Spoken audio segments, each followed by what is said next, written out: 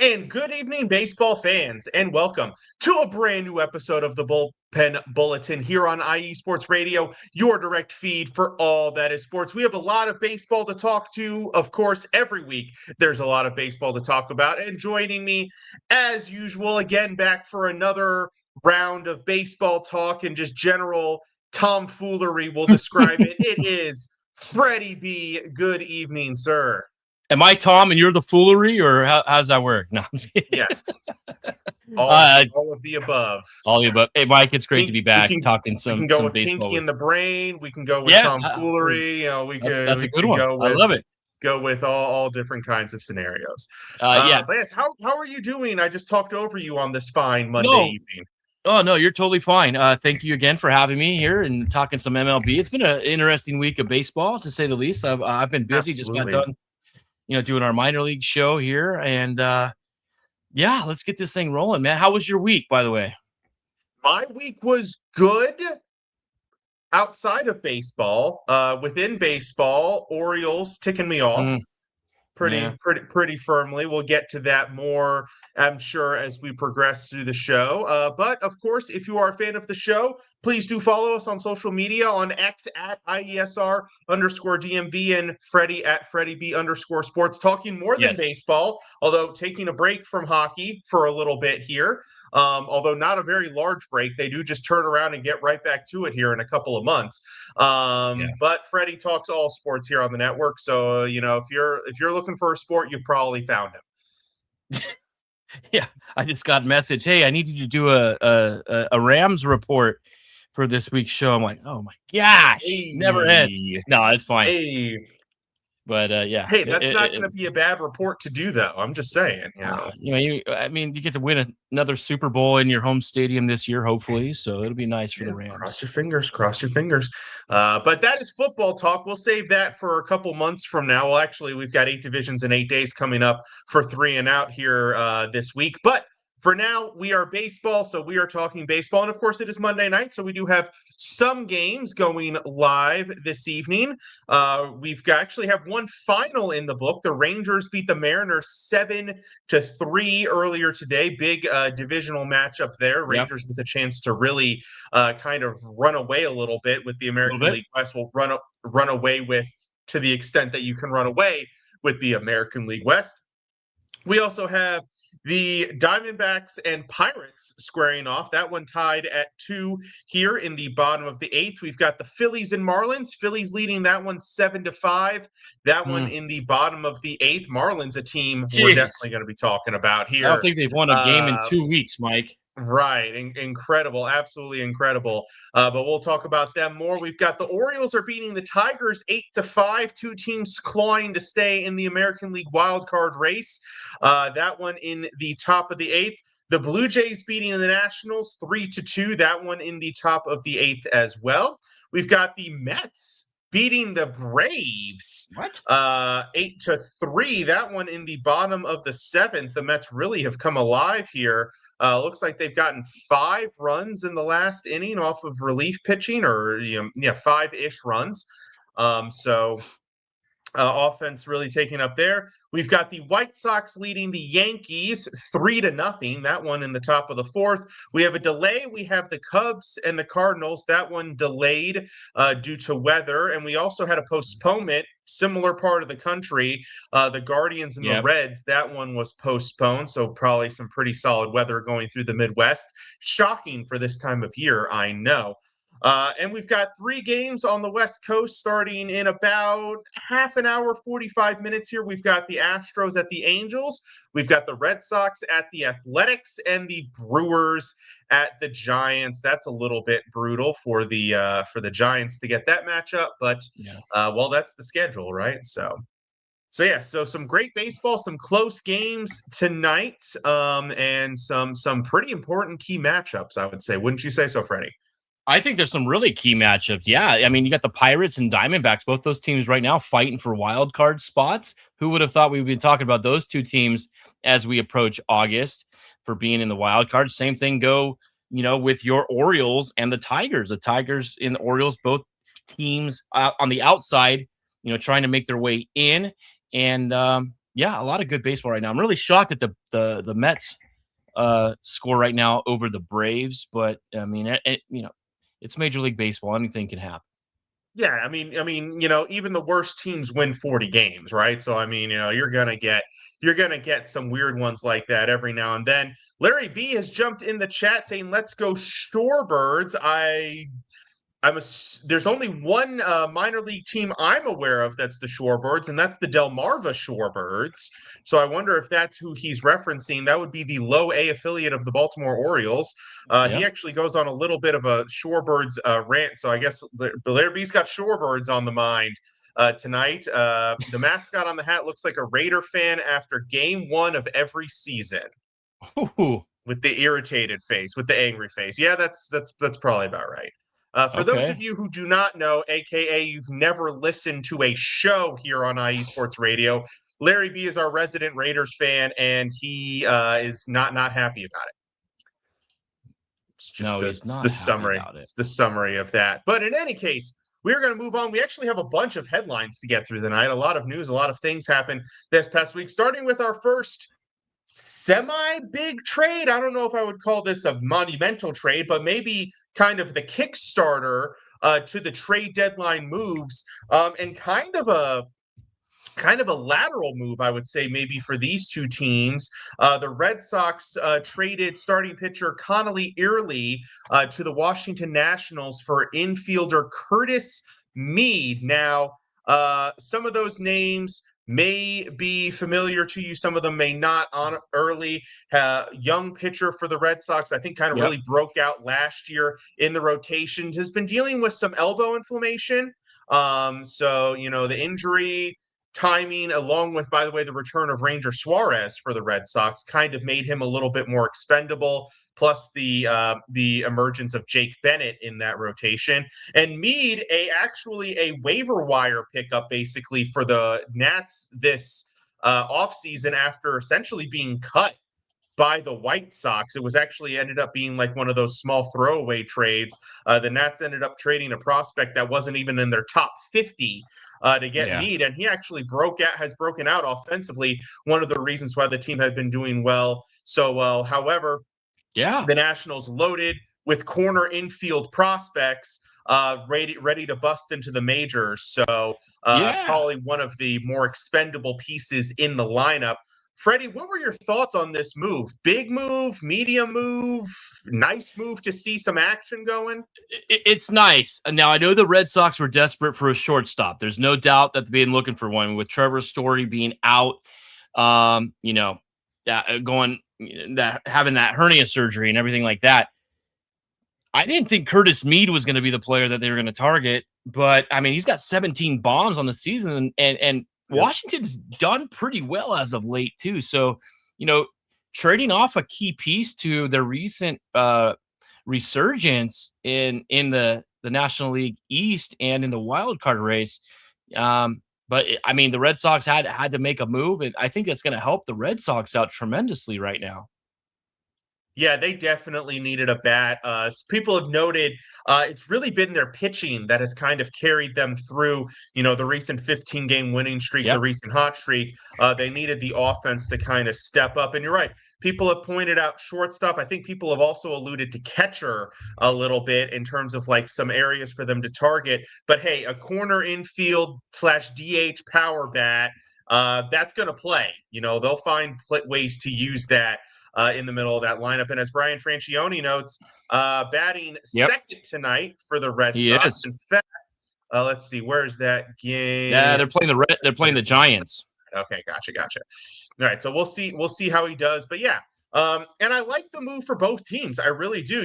Like I said, with the Red Sox, you had Suarez had return from injury. Sonny Gray is pitching like it's 2016, not 2026. My goodness, he's been on fire. Peyton Toole, the other young pitcher, playing great. Jake Bennett emerged out of nowhere to lock up a spot. And even Brian Bayo, who had his struggles to start the year, now that they figure out to use an opener with him, has Yep. started to come on as well.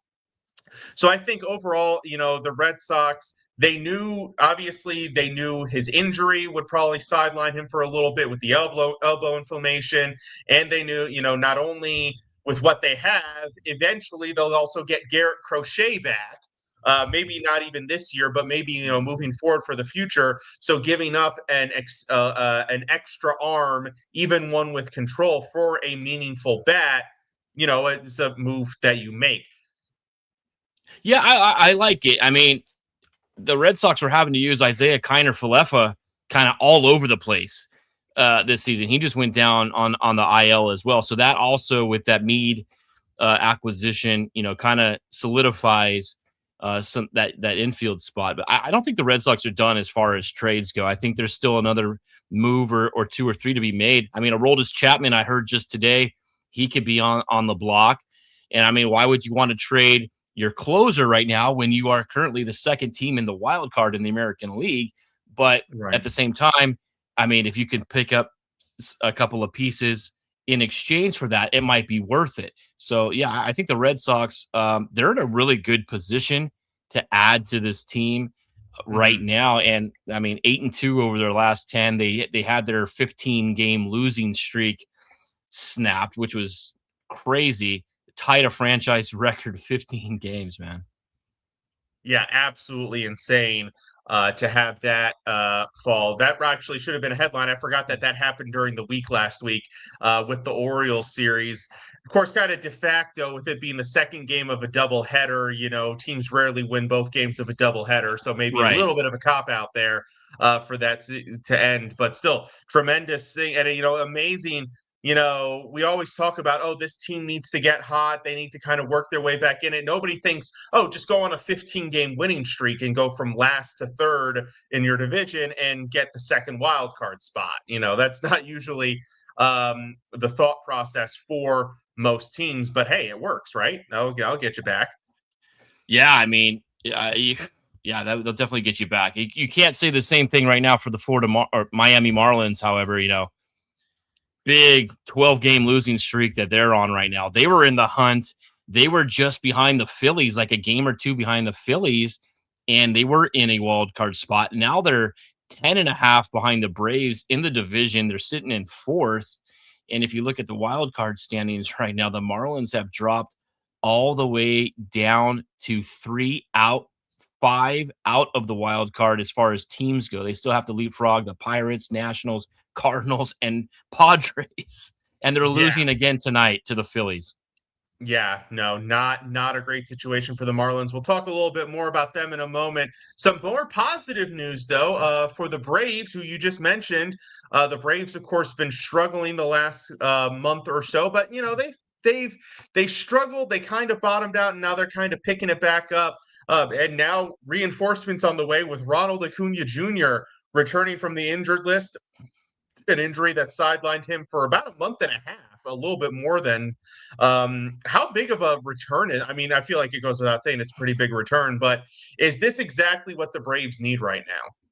I think it's what they need right now as we're getting into August, 2 months to go into the season. The Braves have led from start to finish in the National League East. They're no longer the best team record-wise in the National League. The Brewers and the Dodgers have surpassed them on that, but now you can go back to the guy that you've relied upon in Acuna. I hope he stays healthy because he's a fun, exciting player.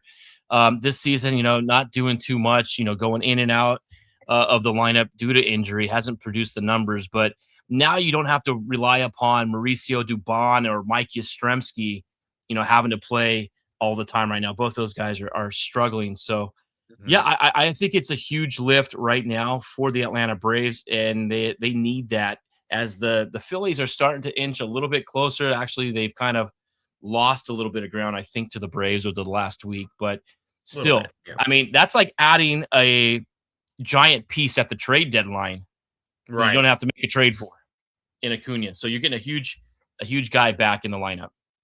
Yep, absolutely. Now, the follow-up question to this, obviously they get Acuna back. Do they still look to add more to the outfield? Obviously, Michael Harris Jr.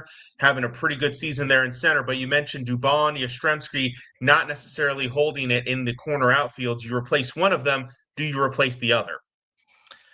Oh, man, I I think they're going to be looking for another bat. You have to, I think, right now, because when you talk about the playoffs in the National League, you want as much offense as you can because you're going to be facing either the Brewers or the Dodgers or even the Phillies later on. So, yeah, I think they could be looking for an outfielder. Now, who that would be, I just don't know as of yet. But I think that would be a great fit for the Braves just to add a little bit more muscle to that lineup. Right. Yeah. No, absolutely. Definitely. It never hurts. And I mean, like you said, you get Acuna back, which is basically, like you said, a major addition. If you only have to trade for one main guy, that's a lot easier than having to fill in multiple needs Yeah. kind of throughout. By the way, going back to the trade deadline really quick, a kind of a big potential blow Mm, to the trade deadline this past week. Shea Langeliers, the all-star catcher for the Athletics, went down to injury. They're saying he will likely miss the rest of yep. the year due to having surgery for a torn meniscus in his right knee, not the part of the body you want injured as a catcher. No, not as a Um, catcher. no, absolutely. Well, really not in any I have position in I any have the sport, same but yeah, I have the same injury right now. I have a torn meniscus as well. It's not fun to deal with. I no. haven't had any work on it yet, but no, it's painful. You can't squat, you can't get down to the crouch, you obviously can't run, and that sucks because he's really been having such a great season for the A's, who as a whole have been struggling, and Just absolutely curtailed as of late too. And yeah, I yeah. know, I know. One of those teams that then along with the Marlins, as we talked about, just a straight So nosedive. And this is uh, certainly not going to help. Now, I know that we had talked about, and they were basically out of it anyways, but does this change even a little bit more what they do at the deadline? Not only have you fallen so far now, any hope that you maybe had of mounting a comeback has got to be dashed with Langoliers going down, right? yeah, I don't think the A's were even in the conversation anymore to even make a run or anything like that. Mhm. But they Langoliers probably would have been in play to be a potential trade target for another team like the Yankees, who are searching for a catcher. Oh yeah. Um, so now, that kind of throws these other GMs out there, like, hey, who are we going to get now? What kind of deals can we make? It stinks, man. He's had a great season. I mean, one of the best hitting catchers in the league. You never want to see a guy go down, but you know what? Take the rest of the season off. Make sure you heal. That way, if you do come back with, next season, that you're going to be healthy, and then the A's can move forward in their move to Vegas and all that stuff, which is going to be coming up shortly. Right, right. I mean, I would almost say that maybe this makes them hold on to some of their assets a little bit tighter, just to be like, okay, we know this is a lost season, but now we have an excuse, right? Oh, this is a lost season now because of injury as well. Yeah. So maybe, I mean, and they have a couple of pending free agents, a couple of veterans. I mean, obviously, most of the guys that you think of when it comes to the Athletics, Nick Kurtz, Jacob Wilson, Langoliers, Soderstrom, guys like that. Yeah. They're under contract. They're not guys that you're going to go dealing. Some of the veterans, I don't really know if there's a ton of value there. I think there's a couple of pitchers that are maybe on expiring deals, but you almost wonder. And like you said, how does this impact the rest of the catcher trade market? That'll be something to look for as we move through the next 1 week, almost exactly, by the way, Yeah. for the trade deadline. Well, yeah, Well, I know we've I'm had think this. I'm sorry. Go ahead. no. One more thing on the A's is you don't have to make trade. You don't Hmm. have to, Right. unless the right opportunity and the deal comes up. You don't have to. I think he would have been one of the best candidates to be traded away at the deadline. But we'll see what.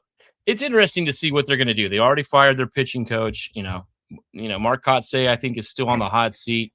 Um, but you don't want to go into the situation moving to Vegas with an organization that is in shambles right now. They got to get Right. things solidified, get the roster intact, use next year as another building block before you move. Agreed. Agreed. Well, tell me if you've heard this one on the show before, folks. Another record broken by Jacob Mizorowski of the Milwaukee Brewers. Breaking speed records, breaking strikeout records, and another strikeout record. This one, Mizorowski in his game against the Rockies yesterday, which the Brewers won 11-2.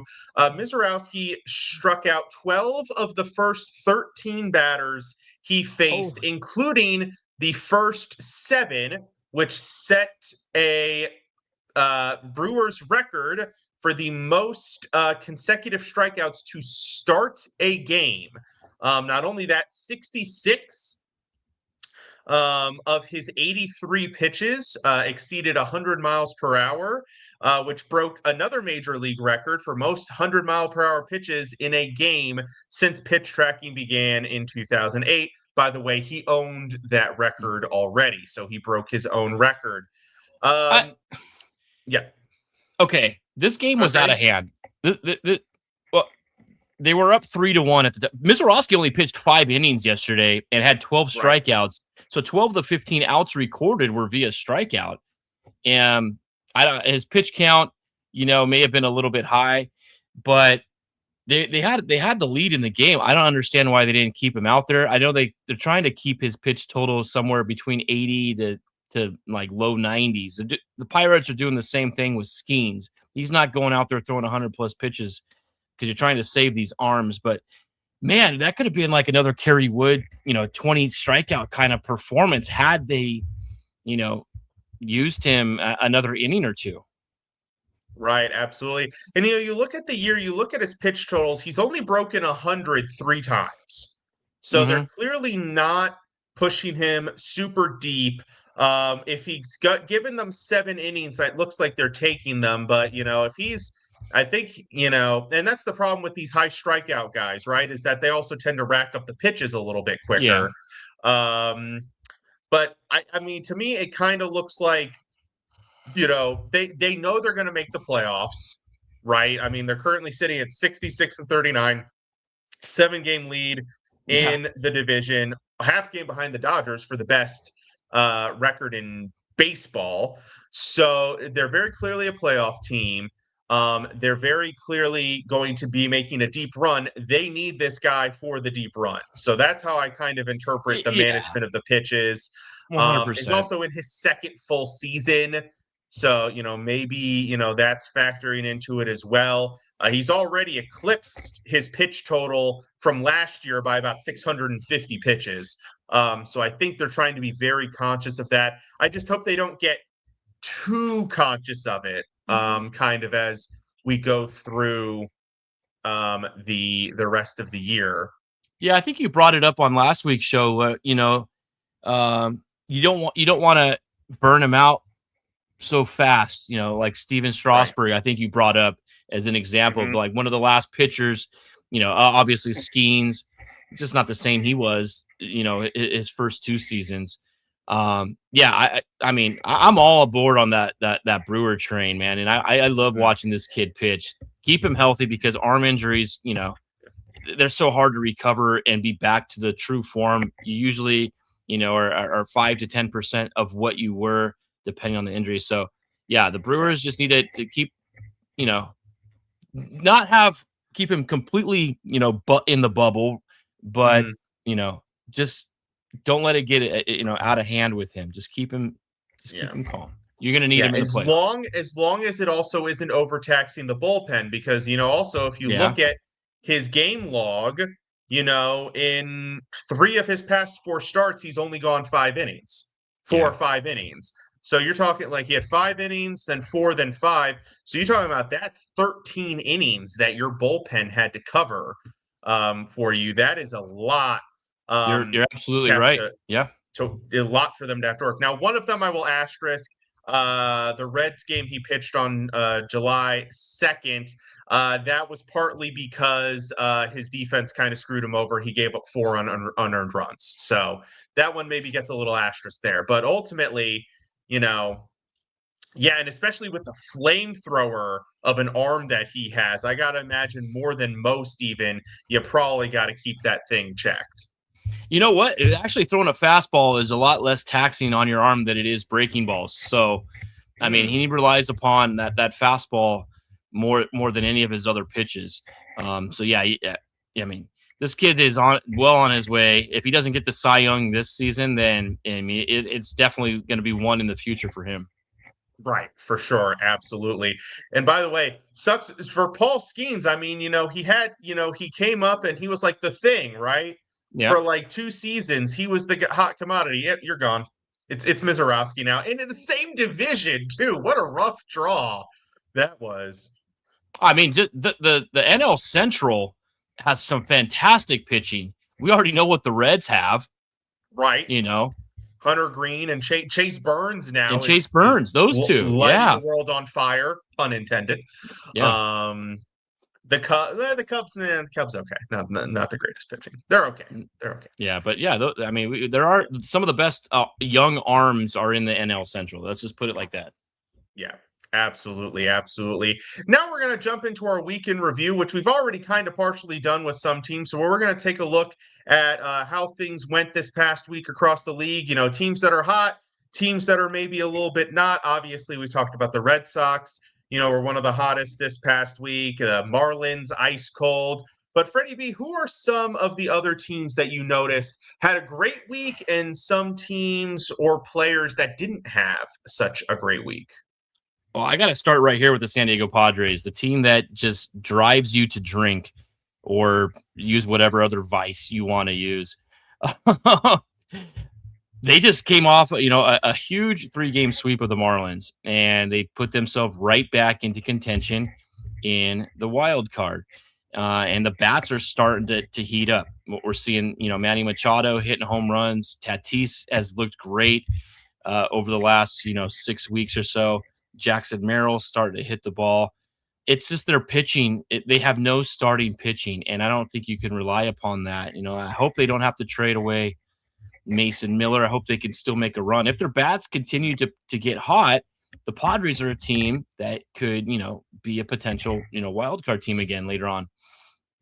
That's one of the teams. We already talked about, the Marlins free fall right now. I don't know, what happened with them. They were, one of the hotter teams, and now, losers of 12 straight, about to lose their 13th here tonight. Man. Well, actually, they got bases loaded in the bottom of the ninth, so we don't count them out yet. Anything happened? Okay.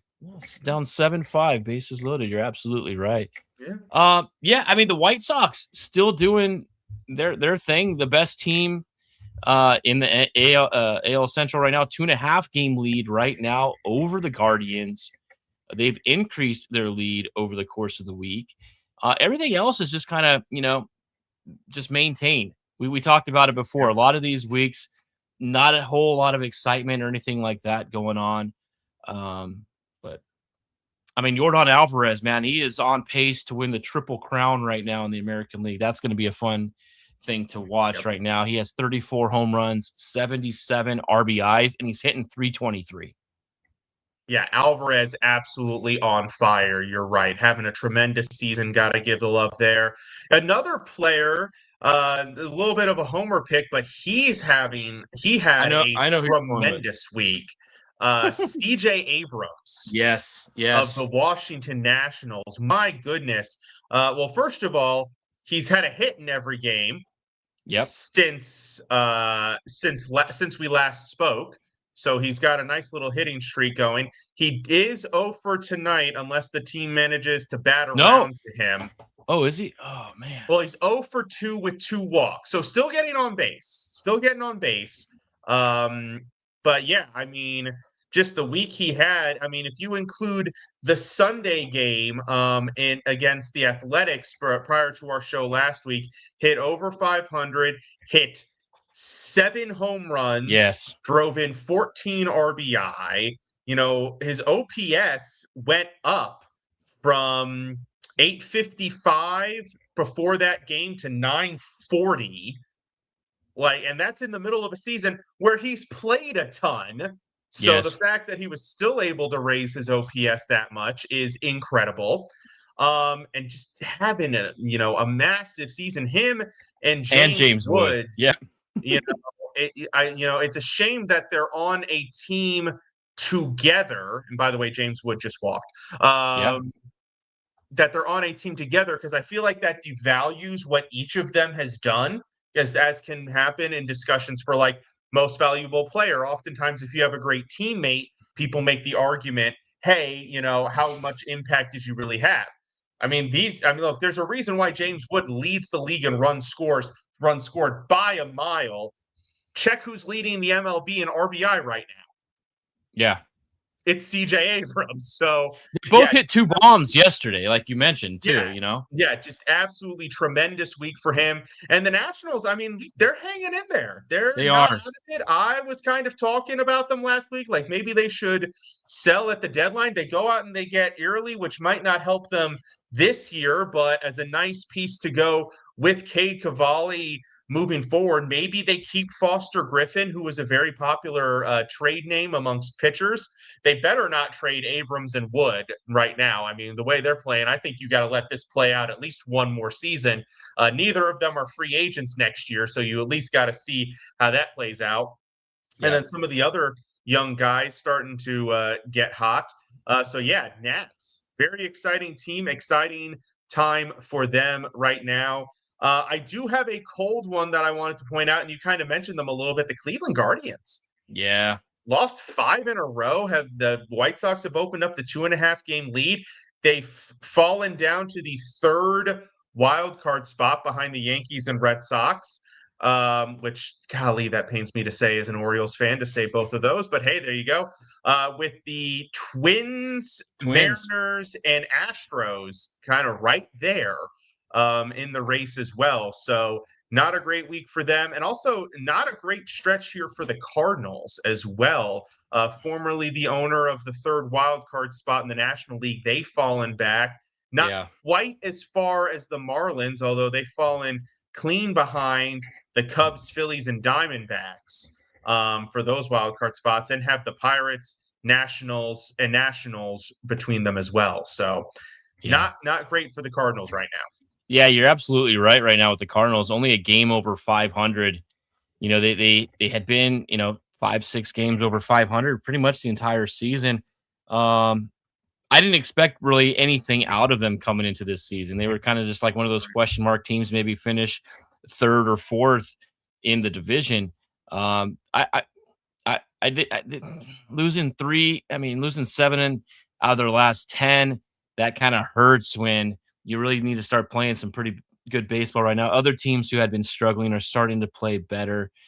They're not out of it yet. Only 1.5 games statistically out of a wild card spot. So we'll see what they can do. But I think they may have shown a little bit too early in the season, and now it's starting to fizzle out. Yeah, I think you might be right there. I think you might be right. We're going to take our first break. When we come back, we're going to jump into some more trade deadline topics, some upcoming matchups to watch, and of course, we have to go down on the farm to take a look at some minor league news. Do not go away. You are listening to the Bullpen Bulletin here on IE Sports Radio, your direct feed for all that is sports.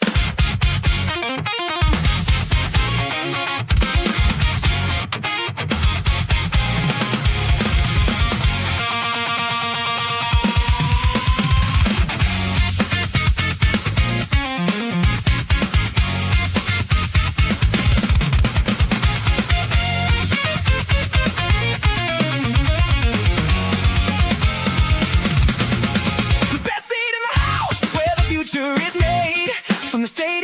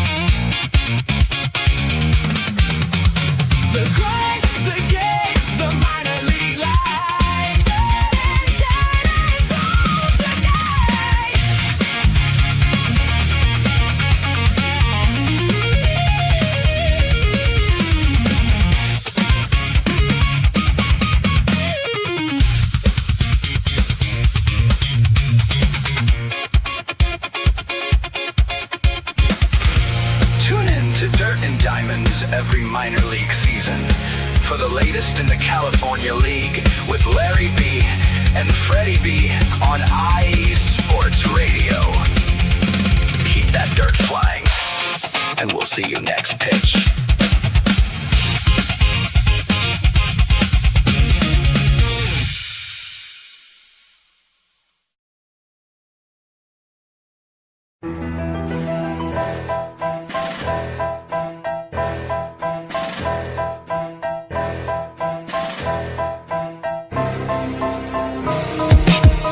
For the last 10 years, IE Sports Radio has been bringing you amazing content ranging from interviewing legendary athletes, coaches, and other authorized media personnel to building tailor-made shows dedicated to all major sports cities around the country.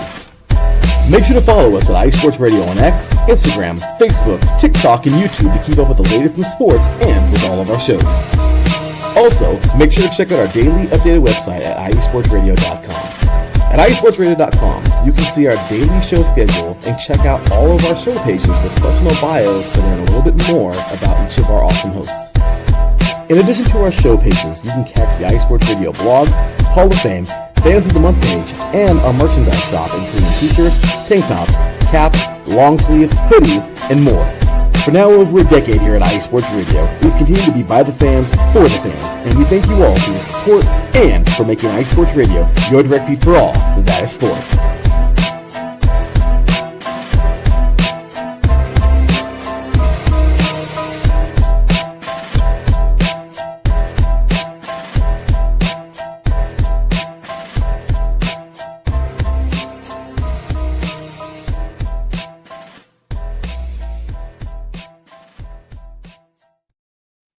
And welcome back to the Bullpen Bulletin here on IE Sports Radio, your direct feed for all that is sports. Of course, before we dive into our second half, we got to take a look at what's happened over the course of the first half.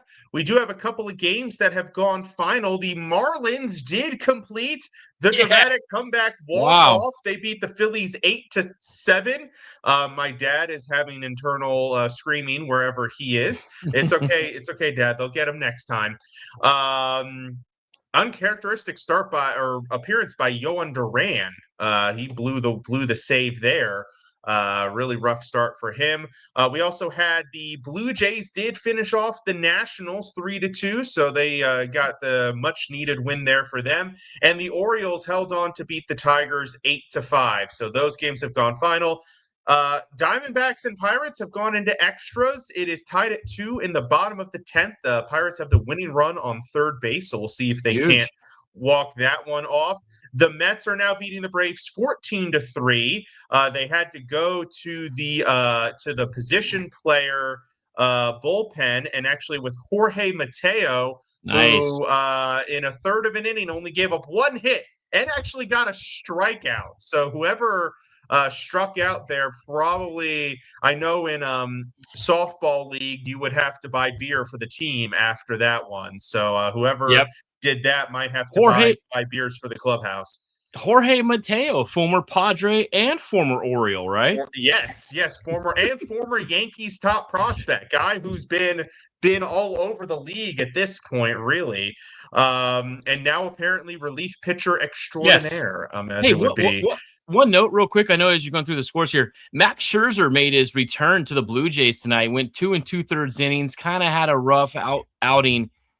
What do you think about Scherzer? I mean, have we seen the last of him, really? Is he going to make any positive impact on the Blue Jays the rest of the season?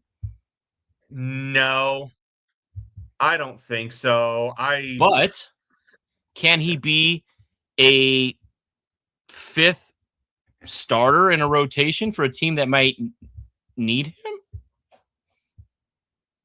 See, I mean, I don't know if you're not making the playoffs. You know, I don't know who would trade for him at this point. So I don't know if he's not gonna get traded. I don't know what purpose he's like. I could see it if the Blue Jays were in the hunt. You know, having that veteran presence, that guy who, by the way, has pitched in World Series before. But man, I just don't know. I don't know what he's doing at this point. I was just thinking about that. Like, if he can make a return and then his next outing he goes out there and can give you 5 solid innings, maybe somebody might take a flyer on him. We'll see. That might be interesting. Maybe like I know the Phillies are looking for a fifth guy in their rotation. I think they're going to Yeah. lead more toward like Robbie Ray, kind of a guy from the Giants. But I mean, Scherzer could maybe eat a couple innings. That might be. I didn't think about it until right now. Maybe the Phillies will be looking at Scherzer. We'll see what happens. Probably not, but just throwing it out there. You heard it here first. Certainly be interesting to see here. Let's see. Other games, we've got the Yankees and the White Sox now tied at 4. That one in the bottom of the 5th. The Cubs and Cardinals finally got to go in. The Cubs leading that one 1-0 in the bottom of the 1st. And then our West Coast games have kicked off. No score across the board. Astros, Angels, Red Sox, Athletics, and Brewers, Giants all, basically are just getting underway, maybe at most in the bottom of the first. Oh, and it does look like, as we were talking, the Pirates did walk it off against the Diamondbacks. So they're going to take that one 3-2 here. I love it when things happen live while we're talking. Makes the show so much more entertaining. Let's update the standings here because I think both teams are going to be tied now. I think that's going to push Arizona to. You're right. Yep, they're going to be tied. If the Nationals had won, they would have also been right there. Unfortunately, the Nationals are going to stay a game behind. Tough loss. Yeah, or a game and a half behind. We'll see how the Cardinals do tonight. They might get a little bit closer here with a win. Padres not playing tonight, correct? Yeah, no, they have the Rockies tomorrow. Yeah. You can have 5 teams with identical records in just a couple of days. That's nuts. Yep, and right there at that third wild card spot too. That's going to be a really interesting way. Both leagues, of course, the third wild card spot since they've introduced it has always been a really interesting race because you end up with some more teams than normal, kind of fighting it out. So we've talked a lot about the trade deadline, some, different ideas, some different moves over the course of the show. But I wanted to kind of focus in on specifically, what teams over the past week have trended in certain directions. So a great example is the Marlins, who we've talked about at length, went from very, clearly in the hunt to now really interesting discussion about whether they sell, given, most of their guys are younger, or what moves do they make now at the deadline? Has anybody else to you, Freddie, had a week that's really changed your perception of how they might approach the deadline? Or are there teams that you're looking at that you're like, I don't know why everybody's saying they're going to do this. That doesn't make sense. I think the Yankees losing Cody Bellinger for 4 to 6 weeks is going to be big for them.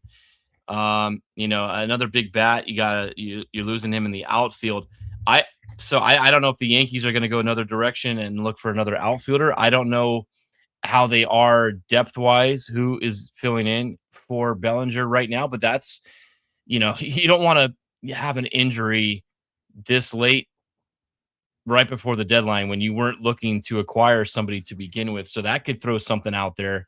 Obviously, we talk about Skubal. Everybody talks about Skubal. What's going to happen with him? I honestly don't know what's going to happen. He just had a 12 strikeout game the other day as well. He's back into his form after returning from injury. Usually when you come to the trade deadline, you kind of know what the rumors are, who's out there. This year, I have no clue what's going to happen. I honestly don't know. I agree with you. Yeah, you've got so few teams that are just out of it. You look at the American League, you could say pretty confidently, okay, the Blue Jays, Royals, Athletics, Angels, they're not in it. The Royals are going to have some fun pitching for people to try to pick apart. I could see them dealing a couple of pitchers. Same with the Angels. Everybody's talked about Soriano and Detmers ad nauseum. But, that's only 4 out of 11. And the other 11 aren't all going to be sellers. So who's going to do it? To your point, does Detroit deal Skubal? There's certainly going to be demand for him. Okay, I got this is one a totally random one I'm going to throw out here, man. And if this cashes in, man, I need to go to Vegas.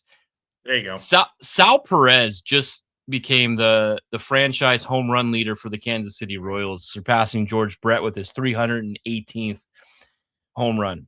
Obviously, Salvador Perez has had some really good years. He was one of the top premier catchers in the American League, played in quite a few All-Star games. Not the same player he was. He's aged. He's older. Yeah. A team like the Yankees, again, who need a catcher. Do you think a lifelong guy in Sal Perez can get traded from the Royals to the Yankees? Could that be something? Just, I mean, I'm probably throwing, poop against the wall. Probably not going to stick, but I'm just, See, like that's a move that I would expect from a team that likes to bargain bin dive, like the Orioles. Not that the Orioles need catchers, even though Basayo and Rushman are hurt right now. They're not going to trade for catching. But not a team like the Yankees. The Yankees like to do big. They do big. They do flashy. Big. They're New York. They're not going to go, oh, our trade deadline, we're going to go for Salvador Perez and I'm trying to think of just a random like mid-tier pitcher and Sandy Alcantara. No, Sandy Alcantara is it's a little disrespectful, but you get my point. I do. They're going to be in the market for the Scooballs of the world, the relief pitchers of the world, the Hunter Goodmans of the world for the Rockies. I would be very, if you were to cash in one, I would be very surprised if Hunter Goodman is not a Yankee by next Monday. That's one that it just like the I know almost too good, but it's an interesting thought experiment. You get to this time of year, you're like, yeah, maybe Salvador Perez, who you would never think would go anywhere other than Kansas City. Maybe a team does take a flyer on him that needs catching help, especially now that Langoliers isn't on the market. Yeah. I'll tell you what, and it's a rumor that started maybe about a week and a half ago. I mean, it's been talked about on and off for a couple of years now, but now that Langoliers is off the list. Yep. And it pains me to say it. Adley Rushman. Get what you can. Did the Orioles start fielding those phone calls? Sure. Knowing that, the catching market's thin, several teams need it.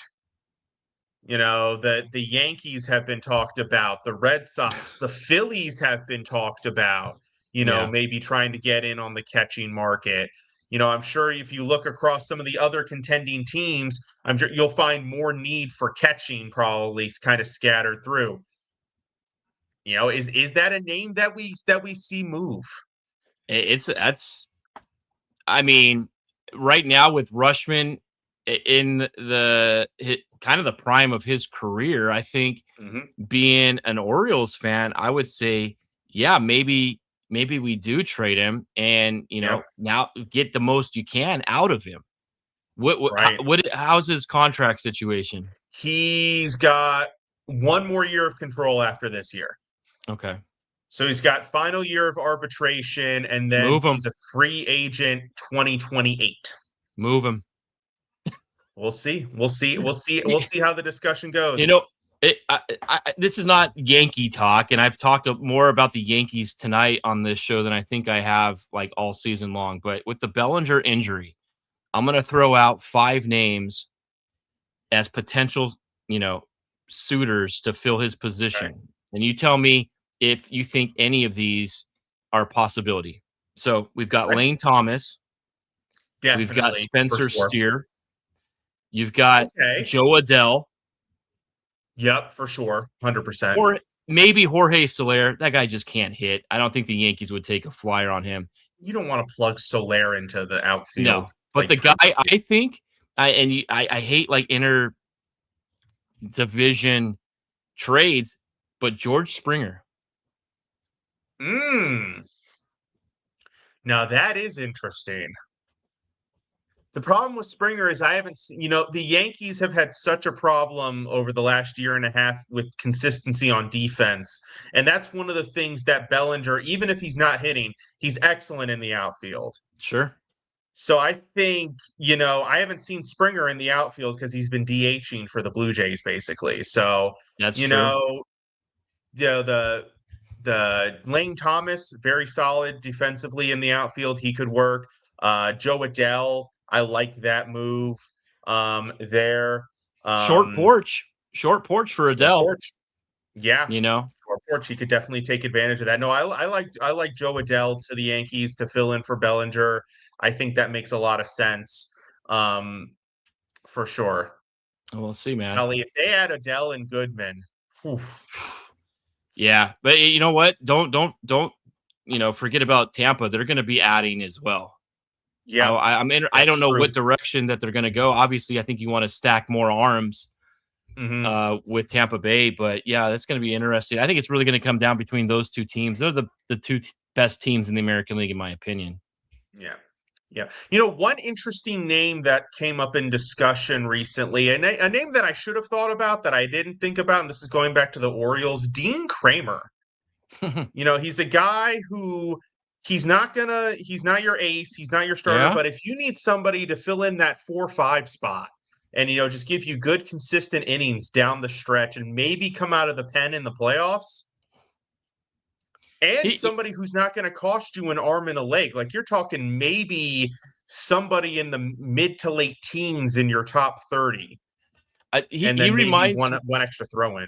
He reminds me of like I think it was it Texas that traded for Corey Kluber?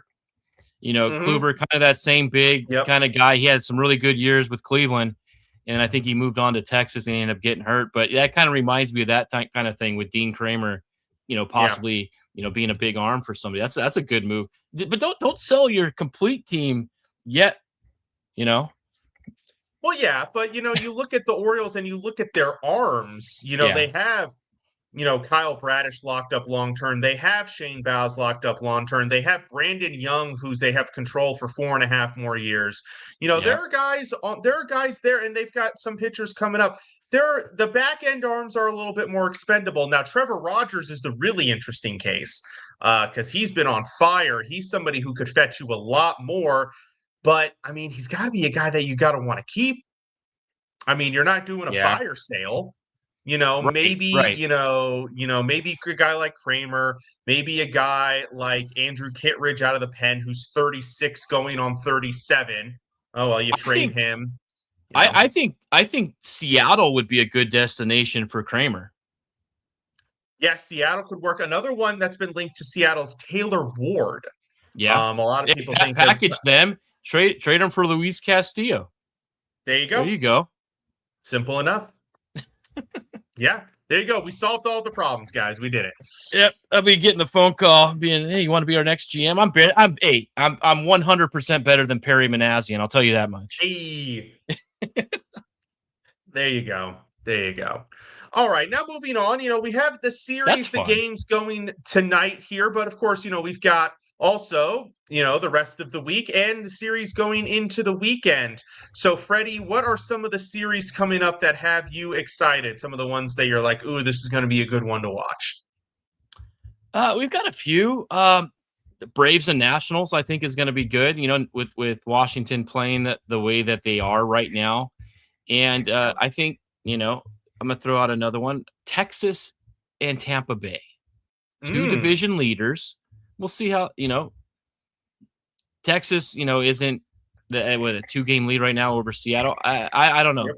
Not a whole lot of great looking matchups, really. You got the Twins and Royals, Marlins and Mets.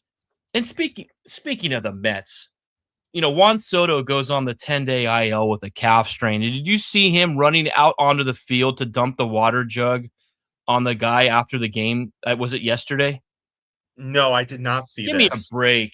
He goes on the DL with a calf strain, but he's the first one to run out of the dugout and dump the water. I don't remember which Mets player it was, but come on, dude. Not a good look. Not a good look from your, what is this contract? Is it $750 from your $750 million man? Yeah, no, yeah. I agree with you there. Yeah, optics are a thing. I actually really like this one. I like Boston and the Dodgers coming up this weekend. God. That's going to be a fun fun series. You got Suarez and Yamamoto, game 1.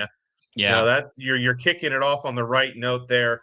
Toll and Sheehan in game 2, and then who do we end it with? Jake Bennett versus the Dodgers haven't decided who their final guy is there. So that's a good series. That's a yeah. really good series. That's why I left that one for you. Well, thank you. I appreciate that. Also, like White Sox and Tampa, two teams, I think, leading two division leaders, maybe not the teams that people thought were going to be leading these divisions at the 106, 107 game mark. But, two teams playing good baseball. You hope that they can keep it going there. Houston hosting Texas. Coming into that series, right now, Houston is only 2.5 games behind the Rangers. They're going to be hosting them come Friday. I mean, they could be, tied in the American League West. This is huge. This is an Astros team that started really, really slow and are starting to play a lot better. This could be the time that the Astros get right back to the top of the AL West. And didn't we joke a couple weeks ago that, the Athletics had it and then Seattle had it and now the Rangers have it. So Houston's got to be next. Yes, absolutely. So, I think the Angels had it at one point when they started the season 2-0. Yeah, maybe in the very beginning, the Angels were like maybe 2-1, 3-2, and had it very briefly for like 5 minutes. By the way, speaking of the Angels, Larry B jumping in the chat, Angels are winning a game. Wow. Stop the presses. They're winning a game. Play spoiler. It's the best part of the season. Yeah, now you've jinxed it also. Now they're gonna turn around and lose 18-2. Now they're playing the Astros right now. Can you believe that? Jeez. Yeah, it's crazy. I did take Imai, the pitcher for the Astros, to pitch under 5 innings tonight, so he's off to a good start. Great start for that bet there. Now we're going to jump down to the minors, down on the farm. And I'm going to take a little bit of a different direction here because there was a little bit of an MLB draft development, obviously, pending guys who are going to be in the minors. So I'm going to use the down on the farm segment to talk about that. Interesting situation with the Guardians. Another reason to call that they had a cold week. Logan Schmidt, who was the team's number 59 pick. So their 59th pick in the second round. High school pitcher out of California, committed to LSU, did not sign with the Guardians coming out of the draft. For those of you who don't know the draft, because it's very confusing, high school, actually really any player logically that isn't a college senior, although technically they don't even have to sign if they don't want to, they would just probably not play baseball. But players do not have to sign with the team, and this is specifically common amongst high schoolers and maybe like underclassmen college players. Like if you cannot agree to a number for your signing bonus, you can forego, joining the team and, return to college if you're already in college or go to college if you're a high schooler. Now, what happens here is the Guardians, because of the miss, get a compensatory selection in next year's draft. So they will get, because he was the 59th pick, they will get the 60th pick in next year's draft. So very strange development there. Normally guys picked at least in the top 2 rounds do sign, although it does seem every year there's maybe like one oddball situation where guys don't. And this is why you see highly rated high school players get drafted very low or not at all, because oftentimes they have demands that just outweigh what you're going to be able to pay them. Yeah, I don't even know what what high school did it say? What high school he went to here in California? Ganesha. Ganesha, Ganesha. Okay, I'm not familiar with that one. Yeah, but now he was not the only highly rated pick to not sign. The Brewers also had one of their guys, Aiden Kanak, who was a 5th round pick. number 163 overall. Now, he was a junior in college, and they could not reach a deal. So he's deciding to return to Clemson for his senior year. Wow. Now, this is very common with the college players, is oftentimes when teams take them, particularly starting maybe fourth round and later, is they're trying to take guys that they can maybe sign under slot and save a couple bucks to commit to higher draft picks. So that might have been the Brewers' intent there, is they maybe, were like, okay, we're going to sign Canuck to maybe a slightly lower deal to commit some money to other picks. Or they overspent on other picks before they signed Canuck, and they went, hey, we only have this much left in our bonus pool. And Canuck was like, thanks, I'll go back to Clemson.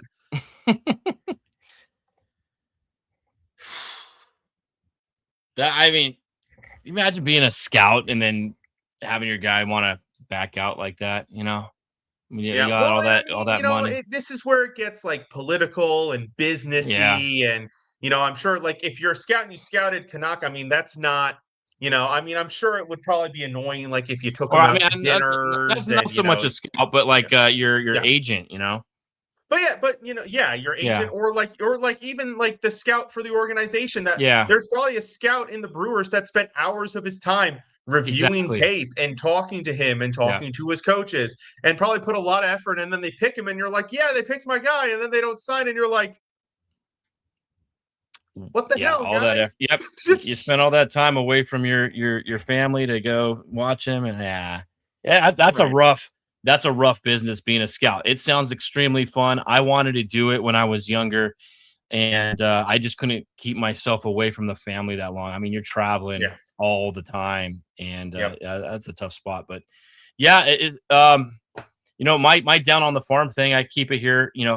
Easton Shelton, Ontario Tower Buzzers. He leads all of minor league baseball right now, 31 home runs. I've talked about him before. The kid is tremendous. Big, strong kid, 31 bombs, fantastic season so far. It's fun watching these guys as we get to these stadiums, Larry and I. He's definitely one to keep an eye on. Other than that, we'll see what happens. I really like when the trade deadline comes up, some of these guys are being dealt, and we'll see who some of these prospects are and what they end up becoming. Who do you think won the draft? Did we ever talk about who won the draft overall? Yeah, we talked about it last week. Yep.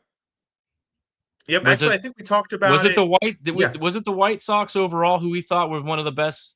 Obviously, with Cholowski. Oh my gosh, I have to go back and see. But we'll go back and review. But we talked about the draft. We talked about our favorites.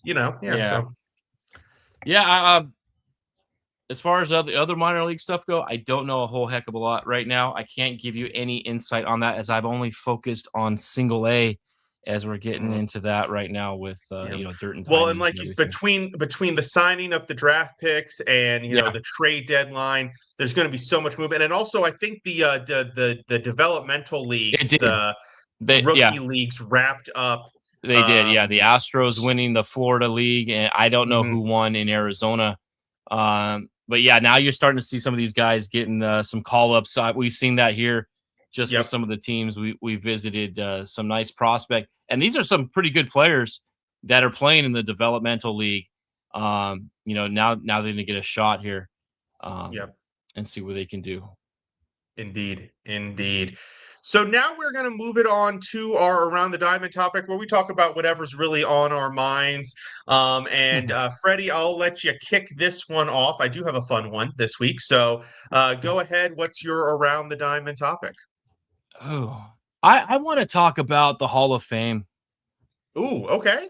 And the Hall of Fame and the players that were selected to it. Carlos Beltran, Andrew Jones, Jeff Kent, guys that were instrumental when I was growing up. Right there, in the late, mid to late 90s into the early 2000s. Fantastic players. I loved Beltran, man. When he was a rookie with the Royals, he had some really fantastic seasons. And then Andrew Jones, what he did with the Braves. Not only could he hit and run, but one of the best center fielders in the 90s with those Braves teams. And Jeff Kent, I mean, the all-time home run leader for second baseman. And that brought up a question like, okay, why hasn't Steve Garvey been elected to the Hall of Fame when Garvey was just as good of a second baseman as Jeff Kent was? But yeah, the Hall of Fame is always a big thing to me.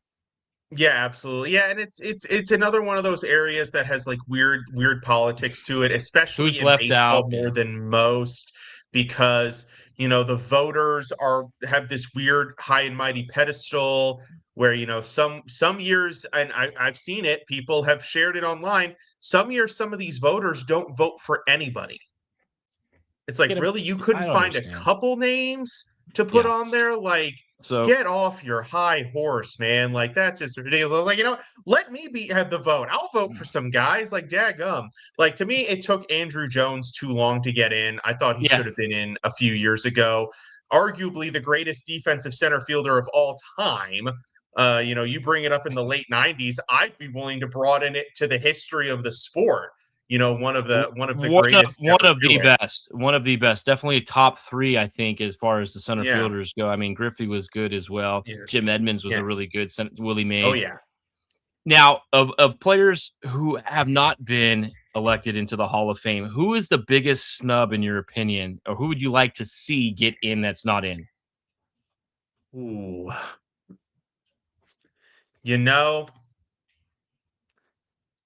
Steroid era or not? Here's my thing. If you cannot, like, absolutely 100% cannot tell the story of baseball without bringing up a player and their impact on the game, that player should be in the Hall of Fame. That's an outstanding point. And to me, there's one guy one of the most controversial figures in the sport, will continue to be one of the most controversial figures in the sport for forever.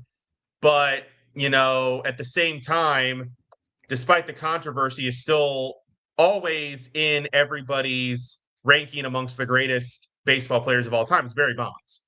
Absolutely.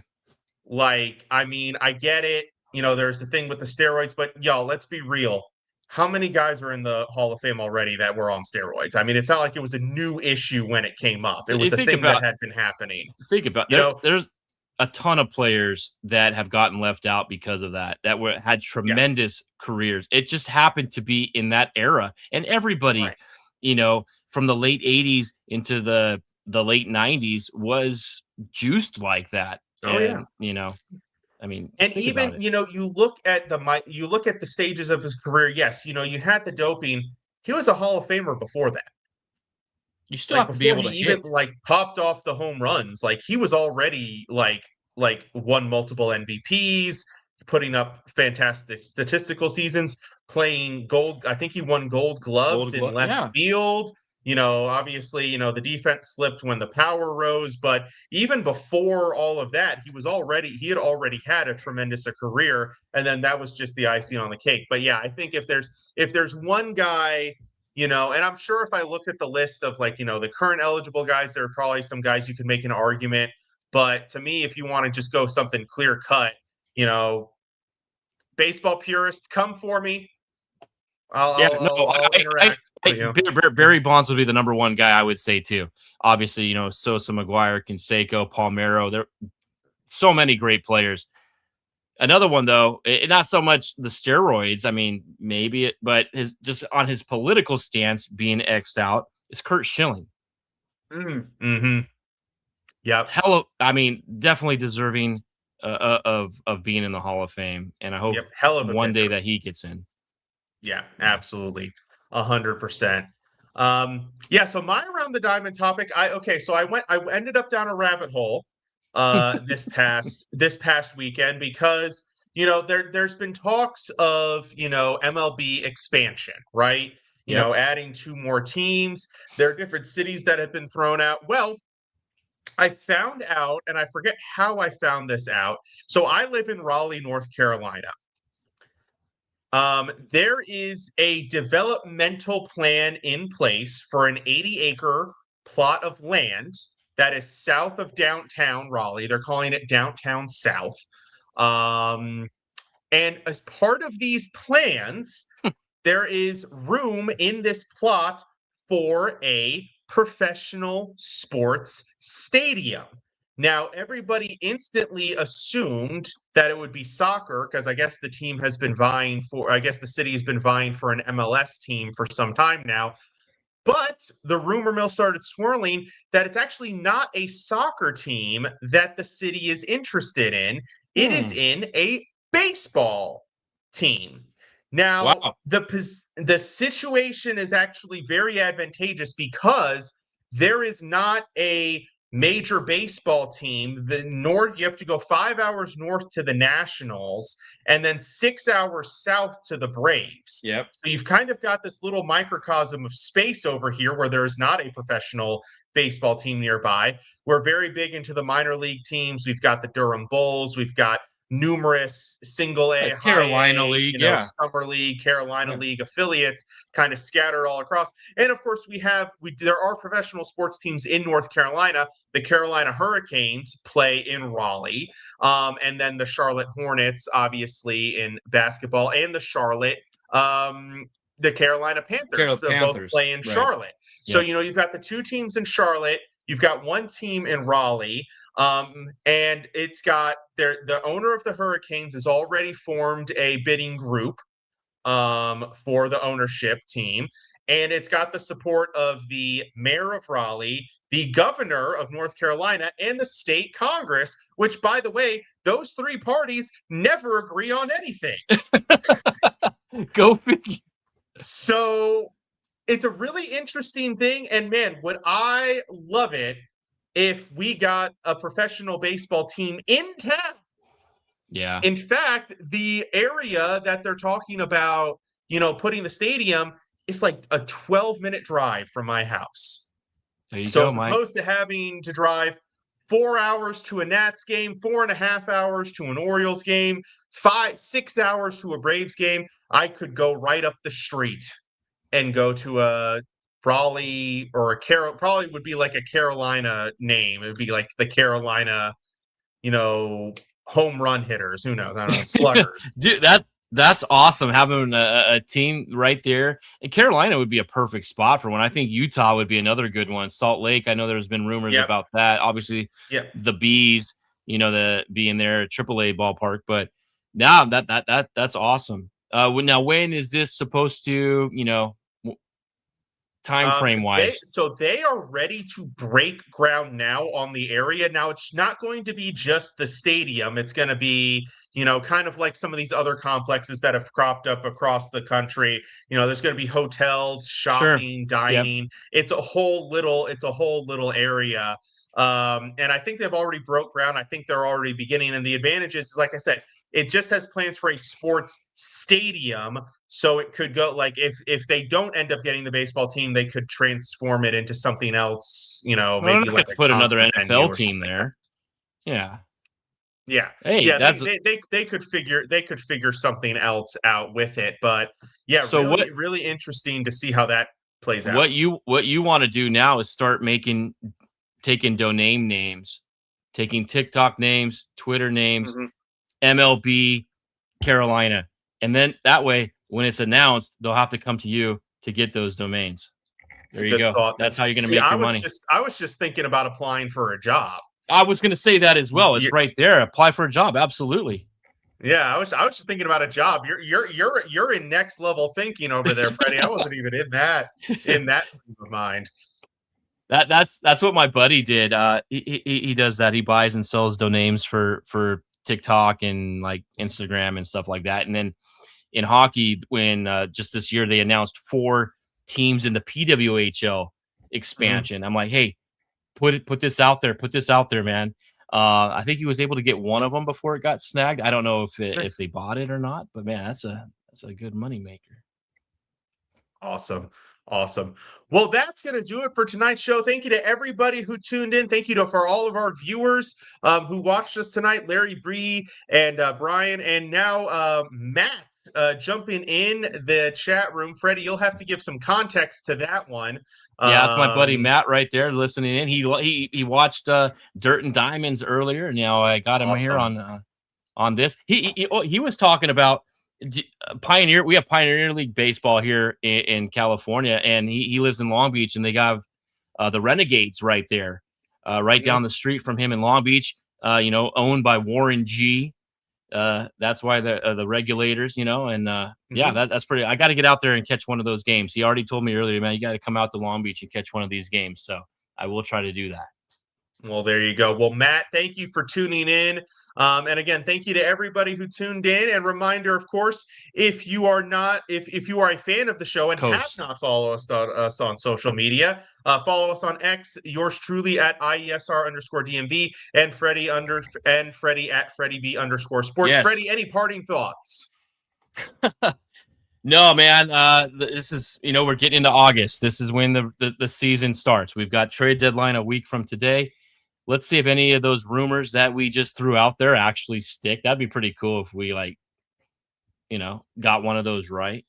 But I'm interested to see how your team does. Does it make it better? Does it make it worse? Are you, chime in and let us know how your team is doing. And we'll talk about all that next Monday.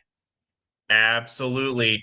Well, once again, thank you all for tuning in. This has been Freddie B and Mike Patt for the Bullpen Bulletin here on IE Sports Radio, your direct feed for all that is sports. Have a great week. We'll see you next time.